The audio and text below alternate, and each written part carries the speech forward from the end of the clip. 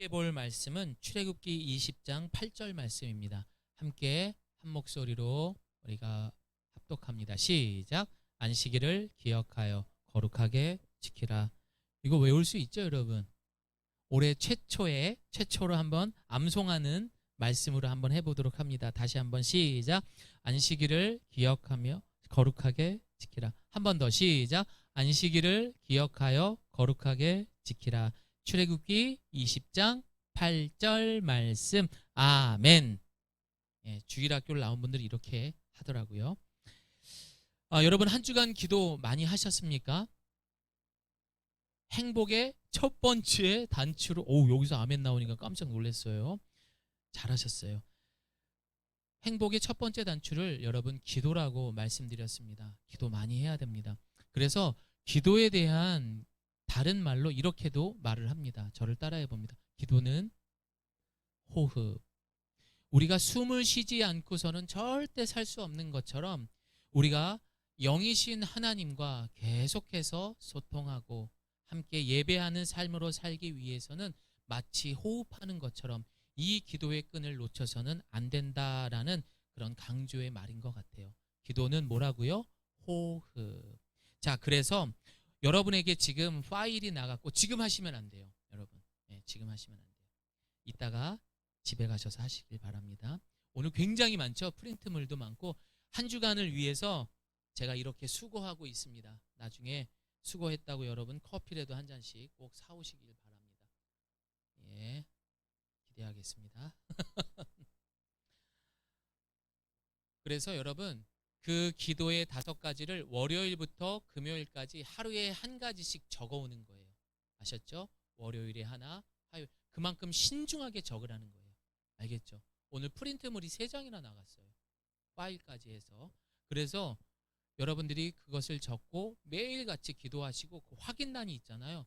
12월 30일에 과연 이 기도의 제목이 얼마큼 응답이 됐는지 여러분 확인해 보시길 바랍니다.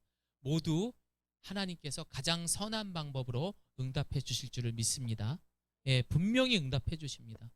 내가 기도 제목을 이렇게 썼지만 아니야, 그거 아니야 하면서 하나님은 달래고 얼래고 해서 옳은 길로 응답해 주세요. 자, 오늘 그럼 두 번째 이야기, 행복의 단추, 두 번째 단추를 채워보도록 하겠습니다. 여러분 기도를 열심히 하다 보면은요 어떻게 될까요? 주일 예배가 기다려져요, 안 기다려져요? 기다려져요. 과연 오늘은 하나님이 어떤 말씀을 주실까? 함께 찬양하고 싶다, 함께 기도하고 싶다라는 마음이 들면서 예배가 자연스럽게 기다려지게 됩니다. 그럼에도 불구하고 만약 우리가 이 예배가 기다려지지 않는다면은 조심스럽게 추측하지만 2가지의 이유가 있을 것 같아요. 첫 번째, 여러분이 한 주간 기도 안 한 거예요. 두 번째, 말씀을 전하는 목사님의 말씀이 정말 재미없는 거예요. 다행히 여러분의 눈을 보니까 두 번째는 아닙니다. 감사합니다. 기도 안 해서 그런 거예요. 네. 자, 정말로 이제 본격적으로 행복의 단추 두 번째, 오늘의 주제는 저를 따라합니다. 예배. 예배입니다, 여러분. 한 주간 여러분 열심히 일하셨어요. 정말 수고 많으셨습니다. 이 어려운 때에 그렇게 여러분들이 수고하는 것, 여러분 참 자랑스럽고 대견하고 다시 한번 주님의 이름으로 위로해 드립니다. 그렇게 열심히 일하고 난 다음에 잊지 않고 또한 우리가 시계를 보면서 헐레벌떡 이 예배의 자리에 나와서 예배할 수 있다라는 것은 분명 여러분에게 믿음이 있다라는 것입니다. 저를 한 번 더 따라합니다. 나는 믿음의 사람입니다. 여러분 예배당에 나와서 예배의 자리를 지킨다는 건 진짜 믿음이 있는 거예요. 그리고 온라인을 통해서라도 그 화면을 조금도 다른 것에 생각하지 않고 예배에 집중하면서 화면을 통해 예배를 드리는 것, 그거 분명히 믿음이 있는 것입니다. 아까 우리 윤바울 형제가 저한테 사진을 보내왔어요. 자기 온라인으로 예배 드린다고. 지금 보고 있죠? 예. 우리 이희국 성도님도 예배 온라인으로 드린다고 말씀해 주셨습니다. 자, 우리가 어떻게 믿음이 있는지 없는지 그것은 성경 히브리서 11장 말씀에 적혀 있습니다. 믿음은 바라는 것들의 실상이요 보이지 않는 것의 증거다라고 이야기를 하고 있습니다. 이게 무슨 소리야?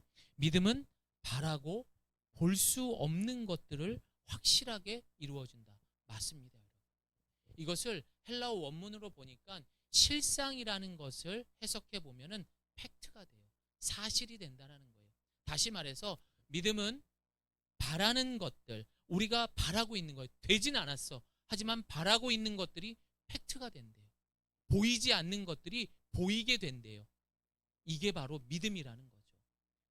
예를 하나 들어보겠습니다. 만약에 내일이 이제 다가올 구정의 설 연휴라고 해봅시다. 내일이 구정이에요. 설이에요. 그럼 여러분 오늘 뭐 하고 계시겠습니까? 시장에 가야겠죠. 갈비찜도 해야 되겠고 잡채도 해야 되겠고 전도 열심히 부쳐야 할 겁니다. 그렇죠? 떡도 준비를 해야겠죠. 자, 그런데 내일 이 설은 현재입니까? 과거입니까? 미래입니까? 이 설이 언제예요? 미래잖아요. 내일 있을 일이니까 미래잖아요. 하지만 여러분 지금 어떻게 합니까? 내일에 대한 믿음을 갖고 지금 행동으로 옮긴 거예요. 이제 좀 이해가 되십니까? 당연히 여러분들이 보이지 않는 내일이 온다는 확신도 없어요. 어떻게 알아요? 오늘 당장 내가 죽을지도 모르는데. 근데 당연히 올 것처럼 믿고 이것을 준비하는 것. 이것이 믿음이라는 겁니다. 다시 말해 이 주일날 예배에 선포되는 그 하나님의 말씀, 보이지 않는 그 하나님, 바라는 것들 너무나 많아요. 하지만 아직 이루어지지 않았습니다. 하지만 예배에 선포되는 그 말씀을 내가 믿음으로 이 자리를 계속해서 나올 수 있다라는 것, 그거 자체가 여러분이 믿음이 있다라는 거예요. 나는 아직 신앙생활을 얼마 하지도 않았는데, 아니요, 믿음이 있습니다. 다시 한번 저를 따라해 보겠습니다. 나는, 가슴에 손 올리세요. 빨리 올려. 나는 믿음의 사람입니다. 이젠 누가 뭐라고 해도 여러분은 믿음 있는 사람들이에요. 아셨죠? 아멘. 자, 자신 있게 꼭 그렇게 말하고 그렇게 믿으시기를 바랍니다. 그렇게 했을 때 정말 히브리서 말씀처럼 바라는 것들이 실상이 될 거고 보이지 않는 것들이 이제 보이는 팩트가 될 줄을 믿습니다. 믿음을 가지고 이곳에 나온 여러분, 그래서 우리는 이 예배가 정말 중요합니다. 얼마나 중요하면 오늘 설교의 제목이 뭡니까? 예배는 목숨 걸어야 된다라고 제가 오늘 설교 제목을 붙였습니다. 믿음하면은 많은 사람들이 떠오를 것입니다. 첫 번째로 자신의 하나밖에 없는 아들을 하나님 앞에 제물로 바쳤던 아브라함이 기억이 날까요? 믿음의 조상이잖아요. 하지만 여러분, 아브라함은 복의 근원이 되기도 했어요. 하지만 여러분, 구약에서 그 고난 가운데에서도 끝까지 믿음을 지켰던 고난의 아이콘 하면 누가 생각나요? 외자죠. 욥. 그렇죠. 욥이라는 인물이 진짜 살다 그렇게 고난당한 사람이 있을까요? 하지만 그는 믿음을 지켰습니다. 그래서 오늘은 잠깐 욥에 대해 소개를 합니다. 욥기 2장 7절에서 8절 말씀 우리 함께 읽어봅니다. 시작. 그리하여 사탄은 여호와 앞에서 물러가 욥을 그 발바닥에서 머리끝까지 악성 종기가 나도록 쳤습니다. 그러자 톡이 조각을 쥐고 자기 몸을 긁어댔습니다. 얼마나 고통스러웠으면은 아토피보다 더 심했던 것 같아요. 톡이 조각을 갖고 몸을 긁었대요. 그러나 여러분, 욥이 이런 피부병만 고난을 당했습니까? 그는 자식도 잃었습니다. 그는 자신이 갖고 있었던 모든 재산도 잃었던 정말 고난의 아이콘입니다. 이마만큼 고난을 당한 사람이 있으면 나와보라고 할 만큼 정말 고난을 당했던 사람입니다. 그 모습을 지켜보고 있던 그 아내가 욥기 2장 9절에 10절에 한심한 듯이 그 욥 당신의 남편을 바라보며 이렇게 이야기합니다. 아이고, 저 화상 아직도 그 잘난 충성심이나 붙들고 있으니, 그 믿음을 붙들고 있으니 차라리 하나님을 저주하고 죽어라. 부인이 그렇게 얘기해요. 성경에 적혀 있어요. 그러자 욥은 뭐라고 이야기한 줄 아십니까?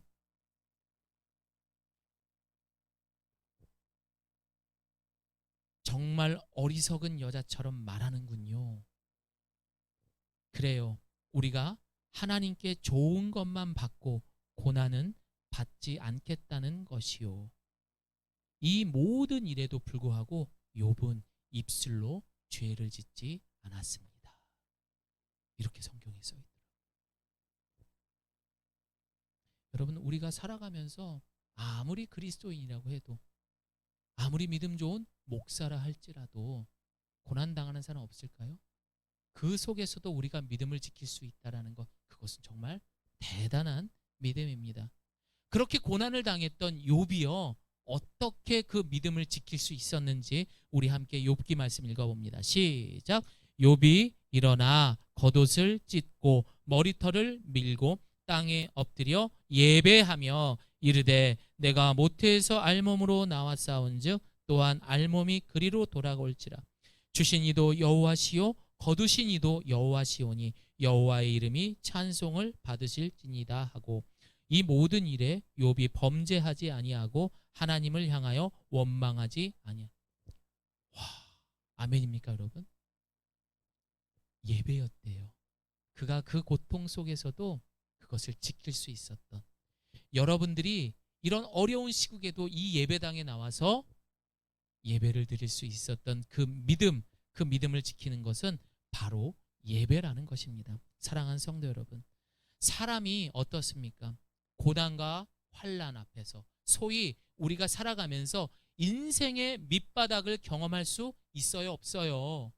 이미 경험한 사람도 있습니다. 그러나 인생의 밑바닥까지 내려갔어요. 그 속에서 아이고 이거 어떻게 하냐 하면서 포기해? 나는 실패자야 하면서 자기 스스로가 정죄를 합니다. 심지어 목숨을 스스로 끊는 사람도 있습니다. 하지만 그 인생의 밑바닥에서 예수님을 만나는 사람이 있어요. 그게 누굽니까? 욥이었잖아요. 어떻게 만날 수 있었죠? 그는 어떤 상황에서도 그 예배의 자리를 지켰다라는 거예요. 혹시라도 여러분이 인생의 밑바닥 경험할 수 있어요. 하지만 그 속에서 실패나 포기, 정죄, 그리고 포기, 죽음, 이것을 만나는 것이 아니라 예배를 통해서 예수님을 만나시기를 소망합니다. 네. 자, 이렇게 예배를 통해서 믿음을 지켰던 욥이요, 욥기의 가장 마지막 42장에 우리가 좋아하는 말씀이 딱 나옵니다. 그렇게 고난 당했어요. 그렇게 열심히 예배 드렸어요. 그랬더니 하나님이 욥기 42장 12절에 여호와께서 욥의 말년에 욥에게 처음보다 더 복을 주시니. 여러분 나중에 찾아서 보세요. 그 복이요 구체적으로 적혀 있어요. 심지어 그가 딸을 낳는데 그 지역에서 그 딸보다 이쁜 사람이 없을 만큼 정말 예쁜 딸들을 낳고 재산도 구체적으로 다 적어놨어요. 하나님은 확실하게 하시는 분입니다. 자신의 믿음을 지키고 있는 그런 사람들을 끝까지 책임져 주시는 하나님이라는 것, 이것을 꼭 기억하시기를 바랍니다. 비록 지금 우리의 믿음이 작은 것에 있어서, 물론 그 믿음이 작은 믿음이기 때문에 포기할 수도 있어요. 나는 아직 어린아이의 그런 신앙을 갖고 있기 때문에 그 신앙생활을 포기하고 잠시 뜨문뜨문 예배 안 드릴 수도 있습니다. 하지만 우리가 이 자리를 계속해서 지켜갔을 때 분명 우리는 장성한 자에 이르면서, 그리고 더 구체적으로 말하면 욥의 고백처럼 우리는 하나님을 인정하며 그런 성숙한 신앙인이 될 수가 있습니다. 그 성숙한 신앙인의 고백이 무엇이냐? 우리 21절 말씀 한 번 더 읽어볼게요. 시작. 내가 모태에서 알몸으로 나왔사온즉 또한 알몸이 그리로 돌아갔을지라도 주신 이도 여호와시오 거두신 이도 여호와시오니. 예배는요 연약하고 죄의 유혹에 쉽게 넘어가는 그런 내 자, 그렇잖아요 여러분. 우리가 얼마나 연약해요. 그런 내 자아를 포기할 수 있는 강력한 힘을 가진 게 바로 예배라는 거예요. 할 수 있습니다. 이 예배의 자리 목숨처럼 지키시기를 바랍니다. 자, 그럼 내 자아를 포기한다는 것은 결국 자신을 부인하고 십자가를 지는 삶을 살기로 한 분들이라는 거예요. 그것이 바로 교회에 출석하고 예배하는 사람들의 공통 분모가 되는 것입니다. 우리가 기도할 때 분명한 대상, 하나님께 기도하는 것, 그것이 무엇이라고 했습니까? 내 기도하는 거라고 그랬어요. 내 기도가 하나님 앞에 뭐 되는 거다? 굴복되는 거다라고 우리 지난주 배웠잖아요. 그렇죠? 마찬가지 여러분, 그렇게 굴복되는 것처럼 자신을 부인한다는 것은 더 이상 내 과거의 습관, 그리고 내 아주 그냥 고집, 의지, 그리고 세상에 탐스럽고 먹음직하고 보암직한 것들을 이제 그 삶에 머무는 것이 아니라 내 안에 이제 더 이상 내 자아는 완전히 죽는 거예요. 그리고 누가 사는 거예요? 예수님이 사는 거예요. 따라해 봅니다. 나는 죽고 예수는 살고. 그거예요.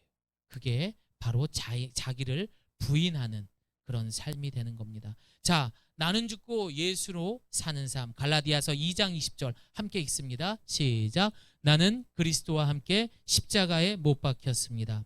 그러므로 이제 더 이상 내가 사는 것이 아니라 내 안에 그리스도께서 사시는 것입니다. 지금 내가 육체 안에 사는 것은 나를 사랑하셔서 나를 위해 자신의 몸을 내주신 하나님의 아들을 믿는 믿음으로 사는 것입니다.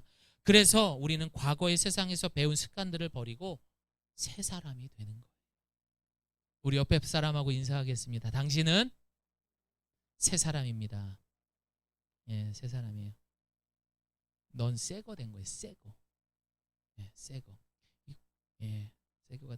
자, 에베소서 4장 22절 말씀 우리 같이 읽어봅니다. 시작. 너희는 유혹의 욕심을 따라 썩어져가는 구습을 따르는 옛사람을 벗어버리고 오직 너희의 심령이 새롭게 되어 하나님을 따라 의와 진리의 거룩함으로 지심을 받은 새 사람을 입으라. 아멘. 기독교 철학자 요체는 이렇게 말을 합니다. 너희는 너희 자신의 것이 아니다. 이 말은 우리에게 이제는 유익한 목표가 있을지라도, 유익한 것들이 내 눈에 보일지라도 덥석 그것을 잡는 것이 아니라 이제는 그거를 포기하는 거예요. 아셨죠? 그렇게 해야 돼요, 여러분. 자, 저를 따라해 봅니다. 하나님께서 통치하는 삶. 좀 무거운데요? 아직 믿음이 약한 저에게 하나님이 통치하는 삶이니까 좀 어감이 무거운데요. 자, 그럼 이건 어떻습니까? 저를 따라해 봅니다. 하나님이 책임져 주시는 삶. 좋긴 좋은데 좀 광범위한 것 같아요. 자, 그럼 구체적으로 한 번 더 따라해 봅니다. 나는 행복한 사람입니다. 요건 어떻습니까, 여러분? 좀 더 확 오죠, 여러분? 맞습니다, 여러분.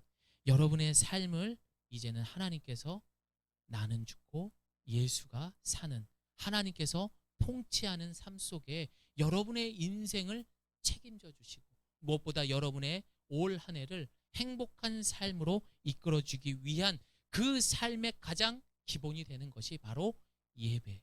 이 예배를 목숨처럼 지켜야 하는 것입니다. 그런 우리 성도님 되시기를 소망합니다. 네, 여러분, 한국교회의 문제가 참 많다고들 이야기를 해요. 그렇잖아요. 그래서 이 교회가 올 새해마다 그런 표어를 세우고 핵심 주제들을 막 세워요. 기도 제목들을. 그 첫 번째로 세우는 가장 많은 게 뭔 줄 아십니까? 예배가 회복돼야 됩니다. 예배의 회복을 위해서 그들이 그렇게 기도하는 것만큼 신앙생활하는 데 있어서 성도들에게, 그리고 교회가 가장 중요한 것을 바로 이 예배에 두고 있습니다. 자, 그렇다면은 오늘 본문에서도 그것도 십계명에서 네 번째로 하나님께서는 이스라엘 백성들에게 너희는 안식일을 거룩하게 지키라라고 이야기를 했습니다. 여러분, 그렇게 했습니까? 지난주 여러분 예배를 참석하셨잖아요. 그럼 여러분 그 예배에서 하나님을 경험했습니까? 네, 여러분, 이 질문이요, 굉장히 뭔가 좀 남달라 보이는 것 같지만 별거 아니에요.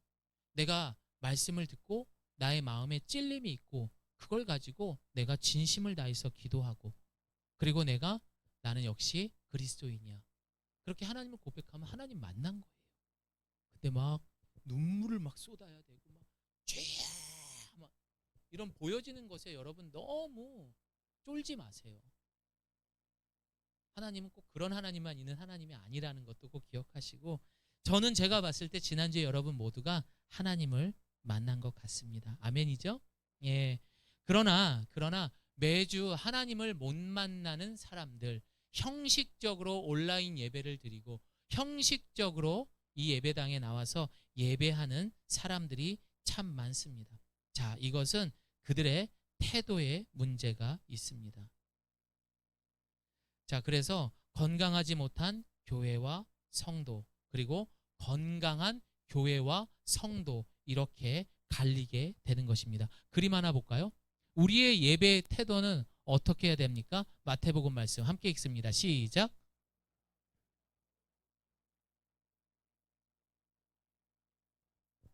아, 그렇구나. 예배는 이렇게 드리는 거였구나. 내 마음을 어떻게 해요? 다 하는 거예요. 여러분, 예배 시간에 다른 생각하면 안 돼요.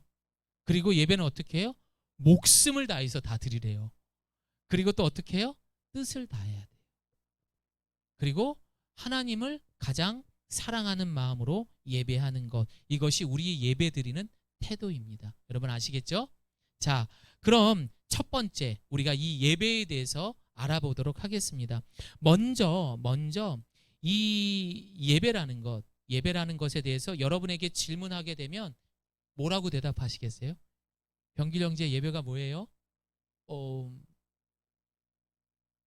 네, 그냥 웃지요. 아는데도 사실 딱 말하는 게 그래요. 아, 뭐 하나님 앞에 제사를 지내는 거요. 하나님 앞에 회개하는 거요. 하나님 앞에 기도와 찬양을 드리는 거. 여러분 다 그 대답에 포함되죠? 맞아요. 다 맞는 말이에요, 여러분.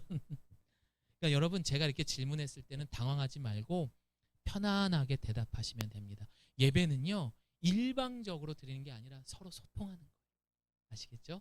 자, 그렇게 해서 여러분이 말씀하시고 생각하시는 모든 예배에 대한 생각은 정답입니다. 이 예배라는 말이 가장 처음에 나왔던 것은 바로 사도행전에서 오순절 기억나시죠? 제자들이 마가의 다락방에서 모여서 막 기도했을 때에 그들이 방언을 하면서 성령이 임했을 때, 그게 예배의 첫 자리가 된 것이고 예배라는 말이 나오게 되고 교회의 시작이 된 것입니다. 그래서 이제는 구약의 예배, 제사와 다른 개념이 무엇이냐? 바로 이 예배는 예수님이 죽으시고 부활하신 것을 기념하는 그 날을 생각하면서 드려지게 되는 것이 예배입니다. 그래서 원어적으로 보게 되면 이 예배를 영어로 뭐라고 합니까? 따라해 봅니다. worship. 그래서 앵글로색슨족의 단어에서 온 것으로 월스와 쉽의 합성어가 됐는데, 이 뜻을 해석하게 되면은 최상의 가치를 최고의 하나님께 드리다라는 뜻입니다. 다시 말해서 우리를 죄에서 건져내시고, 그렇게 해서 우리 예수님이 죽으셨잖아요. 그리고 부활하셨잖아요. 그렇죠? 자, 그것을 우리가 기념해서 최고의 것을 드리는 것, 이것이 바로 월십, 예배인 것입니다. 자, 이 예배에 대해서 여러분 좀 더 우리가 가까이 접근하기 위해서 과거에 여러분 모두가 이성에 대해서, 지금 뭐 부부들도 그렇지만 좋아하는 감정, 사랑하는 감정들을 분명 느껴보셨을 것입니다. 사랑하는, 우리 혜림자매, 사랑하는 남자가 생기면 제일 먼저 뭐부터 해요? 고백부터 해요? 딱 보면 거울부터 보고 화장을 좀 진하게 하기 시작하죠. 예, 예. 금사빠? 예, 농담입니다. 화장을 고치고, 남자들은 어떻게 해요? 머리도 좀 넘기고, 안 뿌리던 향수도 좀 뿌리고, 심지어 막 비싼 선물까지도 했어요, 안 했어요? 예, 했죠. 예. 우리 혜림자매가 해준 것 같은데 표정이. 자, 그렇게 하게 됩니다. 우리 연주자매도 그런 적 있죠? 아직 없어요? 아직 뭐 20살 초반이니까 괜찮습니다. 자, 이렇게 여러분 사랑하는 감정을 느낄 때가 있습니다. 저도요, 부끄럽지만 제 아내랑 이렇게 만났을 때에 제가 두 번째 금식하러 기도원에 간 적이 있어요. 그런데 이제 그때 연애 이제 만났을 때인데 금촌에서 삼양동까지 한 70km가 돼요. 왕복 140km예요. 그거를 한 30분 차 태워다 주겠다고 매일 가가지고 그 그거를 했었어요. 그리고 아내가 단팥빵을 좋아해서 팥빵 하나씩 꼭 사가지고 가서 그걸 줬던 생각이 납니다. 더 부끄러운 거는 광운대학교가 가까웠는데 그 안에서 기타를 치며 노래도 불러주었습니다. 그리고 어느 날 밤 아내가 들어가는 것이 너무 아쉬워서 제가 이렇게 얘기했어요. 헤어지는 게 너무 아쉬운데 이제 결혼해야 되는 거 아니야? 이제 네, 여러분 이렇게 고백을 했습니다. 그리고 결혼을 하게 되었습니다. 자, 여러분 이게 여러분 예배예요. 다시 말해서 하나님과 사랑에 빠지는 것입니다.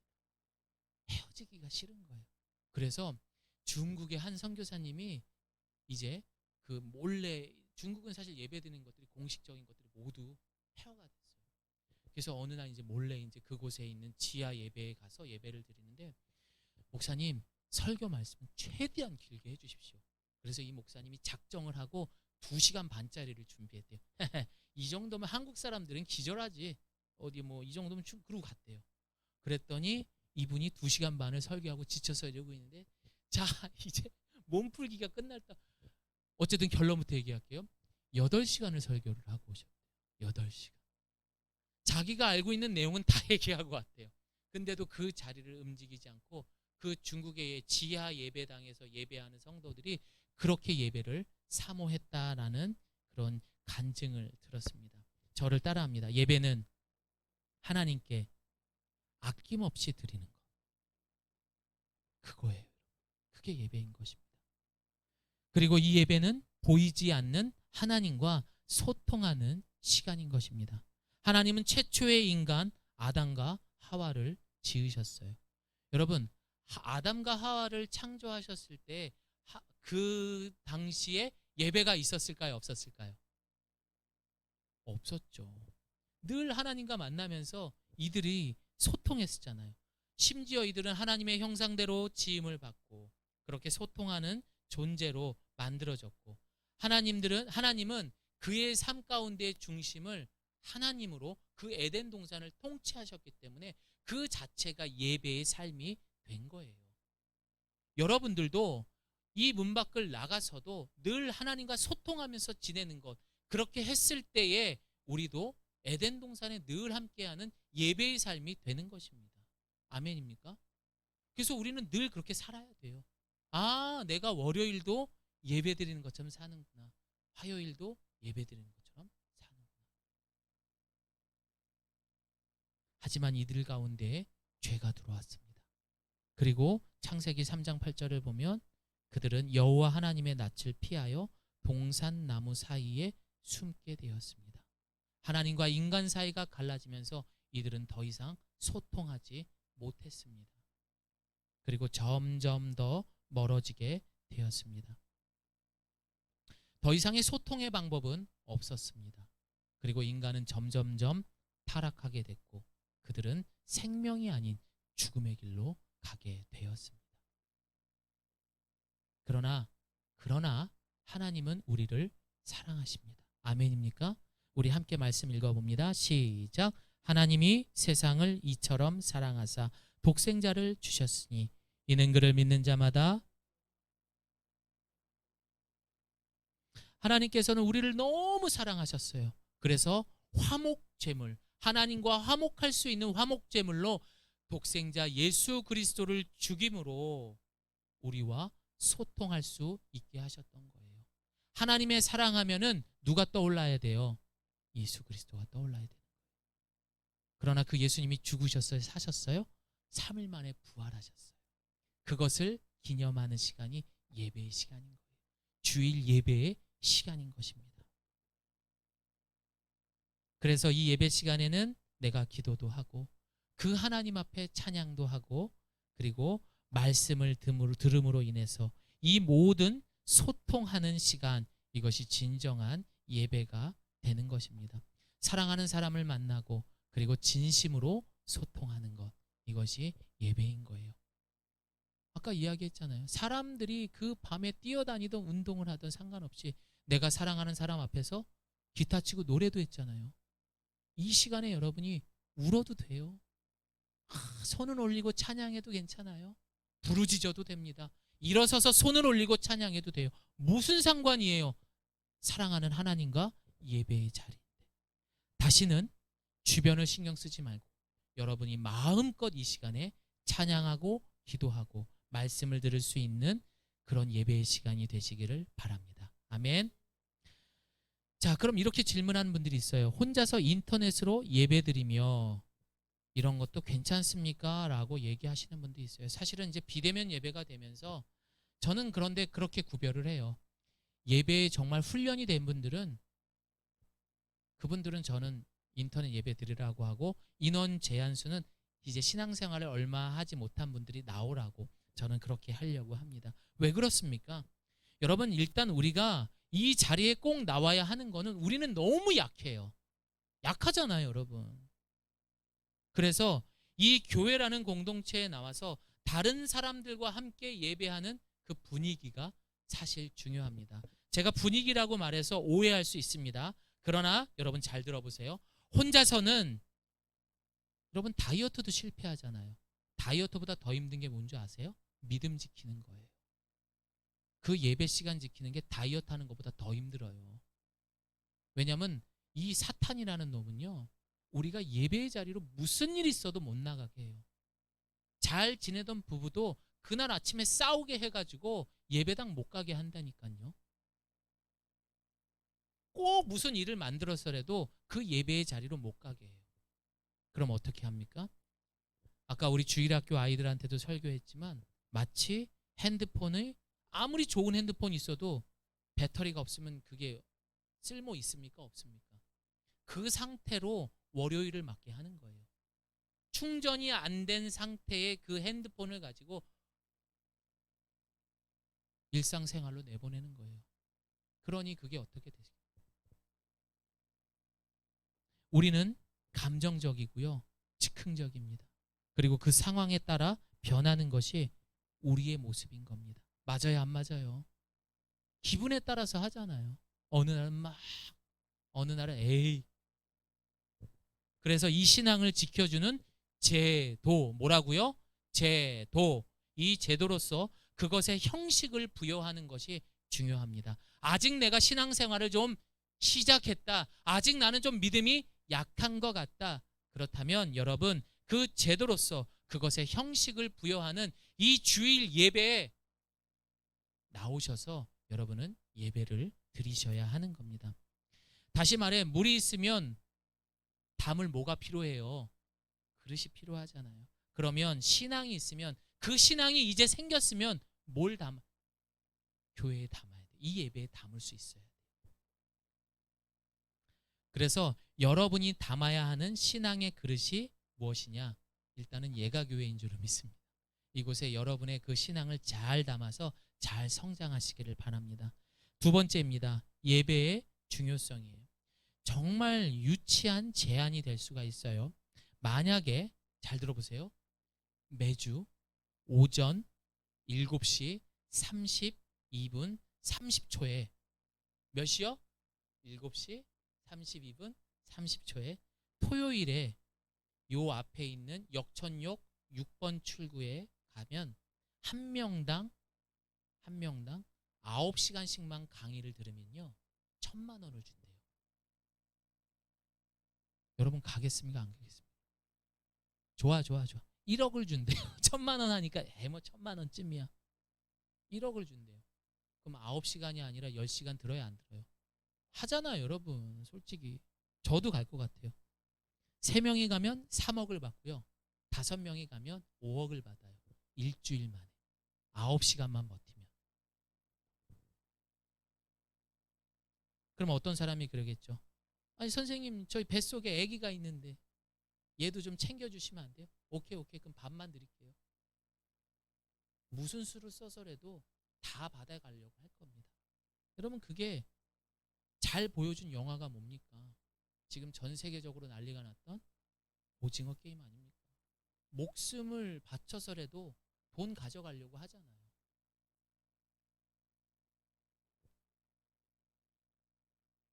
아마 이런 상황은 그곳을 참석하는 사람에게 목숨보다 중요한 시간이 될 것입니다. 우리에게는 두 가지의 시간이 있어요.